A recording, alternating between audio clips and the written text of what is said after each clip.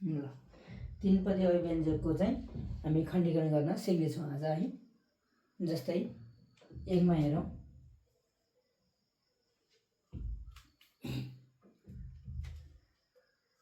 3x² + 5x + 2 छ।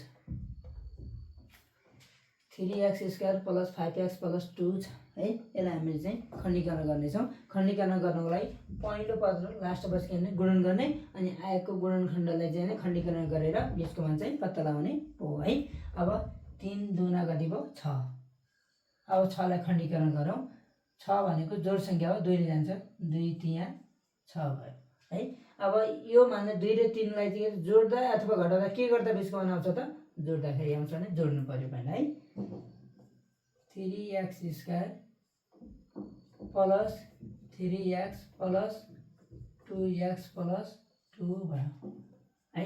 अब यसबाट चाहिँ दुईटा पदबाट साझा लिउँ। साझा लिँदा के भयो, 3x साझा आयो, यहाँ बच्यो x बच्यो, प्लस यहाँ 3x 3x नै आइसक्यो, केही छैन भने त्यस्तो अवस्थामा यहाँ 1 लेख्ने है। प्लस अब यसरी साझा के आयो, 2 आयो, यहाँ बच्यो x बच्यो, प्लस यहाँ केही छैन भने त्यस्तो अवस्थामा के लेख्ने, 1 लेख्ने। 2 थियो, 2 साझा आइसक्यो, 1 भयो लेख्ने हैन।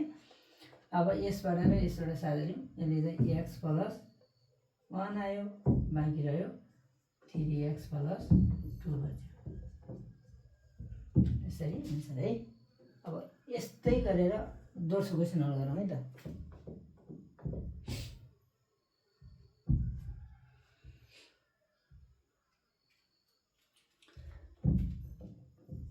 (6b² -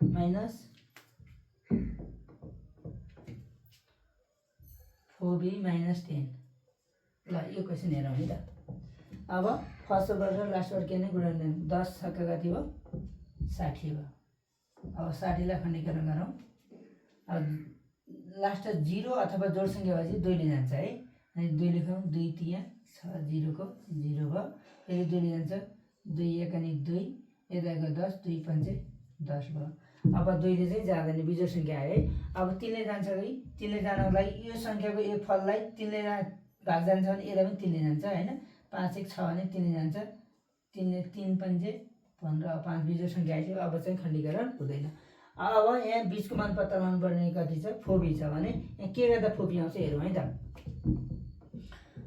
2 दूना 4, 7 3 12, 12 मा 5 भनेपछि आउँदैन हैन।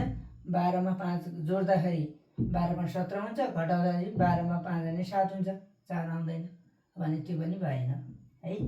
अब 3 दूना 6, 2 5 10। अब 10 बाट 6 घटाउँदाखेरि 4 आयो भने चाहिँ हामीले घटाउनु पर्यो। के गरेर 6b² - कति 10b + 6b - 10 भयो। अब यहाँ 10b बाट 6b नै किन घटायो भने यहाँ के छ, माइनसमा भएको हुनाले माइनसबाट के त -4b भएको हुनाले -4b पत्ता लगाउनको लागि -10b बाट +4b घटाउँदा के भयो, -10b भयो। त्यो भएर चाहिँ यसो गरियो है। अब यसबाट साझा लिउँ। यसबाट साझा कति आयो, 2 आयो, एउटा b आयो हैन। अब 2 ले 6 लाई 2 3 6 भयो, अनि एउटा b बच्यो, b भयो, माइनस भयो। 2 ले 10 ले 2 5 10 भयो, b चाहिँ साझा आयो, यति नै भन्छ हैन। अब प्लस यसबाट साझा कति आयो, यसबाट साझा पनि 2 आयो, बाँकी कति रह्यो। अब 2 ले 6 लाई 2 3 6 भयो, b भयो, प्लसले माइनस, प्लस माइनस माइनस भयो। 2 ले 10 ले 2 5 10 भयो। अब भनेपछि अब यसबाट साझा के आयो त, 3b - 5 साझा आयो भने बाँकी रह्यो 2b + 2 बच्यो।